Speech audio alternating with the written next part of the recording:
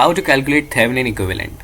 जब भी हमें किसी सर्किट में थेवेनिन इक्विवेलेंट निकालना होता है तो इसमें हम कुछ फॉलोइंग स्टेप्स का हम यूज़ करते हैं। आज वही स्टेप्स आज हम डिटेल में समझेंगे। तो आपके सामने जो सर्किट दे रखा है इसके अंदर हमें KVL लगाना है लूप 1 एंड लूप 2 में, जिससे हमारा VTH हमें मिल सके C एंड D टर्मिनल्स पे। तो इसको हम कैसे करेंगे वो हम स्टेप बाय स्टेप पहले पता करेंगे। तो सबसे पहला स्टेप है हमारा अप्लाई KVL। लूप 1 पे हम KVL पुट करेंगे। इसके लिए हमें चाहिए करंट I1 एंड I2। इसके अलावा अगर हम लूप 1 पे हम अपना KVL लगाएं तो इसमें हमें कुछ ऐसी वैल्यूज़ मिलेंगी जैसे कि -12, क्योंकि ये करंट इस डायरेक्शन में क्लॉकवाइज रोटेट कर रहा है, इस वजह से हम जो नेगेटिव टर्मिनल है वोल्टेज का वो लेंगे, तो हमारा -12 आएगा। इसके अलावा रजिस्टर को हम पॉजिटिव में ही डिनोट करेंगे, तो 1 ओम का रजिस्टर है तो इसलिए हम इसे 1 इंटू I1 लिखेंगे। इसके अलावा बाकी सारी डिजिट्स में सेम फॉर्मूला यूज़ होगा,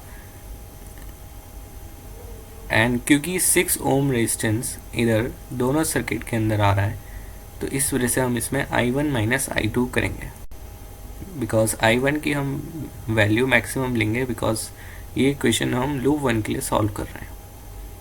तो इससे हमें मिलेगी ये वाली इक्वेशन। इसके अलावा लूप 2 के लिए अगर हमें सॉल्व करना हो तो उसका हम करेंगे कुछ ऐसा सॉल्यूशन। लूप 2 के में हम I2 को हम मैक्सिमम मानेंगे एंड I1 से माइनस कर देंगे। इसके अलावा बाकी सेम स्टेप रहेंगे 6I2 एंड 2I2, तो हमें मिलेगी ये वाली इक्वेशन। इसके अलावा अब हम दोनों इक्वेशन से हम अपनी I2 की वैल्यू निकाल लेंगे। From equation 1 and 2 we can find the I2, but we have to find the VTH at C and D।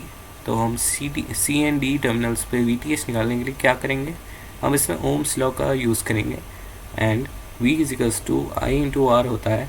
तो इस वजह से 8/11 इंटू में 6 ओम, क्योंकि 6 ओम लास्ट रेजिस्टेंस है तो इसलिए हमारा VTH आ जाएगा 4.3। इसके बाद अब हमें स्टेप 2 करना है। स्टेप 2 में हमें RTH निकालना है। थेवेनिन इक्विवेलेंट बनाने के लिए हमें दो चीज़ें चाहिए होती हैं, पहला VTH and second RTH। VTH हमने निकाल लिया है, अब हम RTH निकालेंगे। तो आपके सामने जो सर्किट है उसमें मैंने रेजिस्टेंस हटा दिया है, सॉरी, इसमें मैंने सारे रेजिस्टेंस रखे हैं एंड जो हमारा वोल्टेज सोर्स है वो मैंने हटा दिया है, जिससे हम इसका इक्विवेलेंट रेजिस्टेंस निकाल पाएँ। तो इक्विवेलेंट रेजिस्टेंस हम इसका निकालेंगे, जिसमें हम 2 एंड 1 को सीरीज़ में कनेक्ट करेंगे तो हमारा 3 मिलेगा, एंड 3 को हम 6 ओम के साथ पैरेलल में कनेक्ट करेंगे। फिर इसके बाद हम 2 एंड 1 को फिर से सीरीज़ में कनेक्ट करने के बाद इस पूरी वैल्यू को भी सीरीज़ में ही कनेक्ट करेंगे। फिर लास्ट में हमारा 6 ओम बचेगा तो उसको हम पैरेलल में कनेक्ट करेंगे, जिससे हमारी वैल्यू आ जाएगी 2.73 ओम। तो हमने VTH एंड RTH दोनों ही फाइंड कर लिए हैं। इसके बाद हम लास्ट स्टेप की तरफ बढ़ेंगे, तो स्टेप 3 में हम इन दोनों को कनेक्ट कर देंगे एक साथ। तो VTH आपका 4.3 वोल्ट है एंड RTH आपका 2.73 ओम है। आई होप आपको ये क्वेश्चन समझ में आया होगा।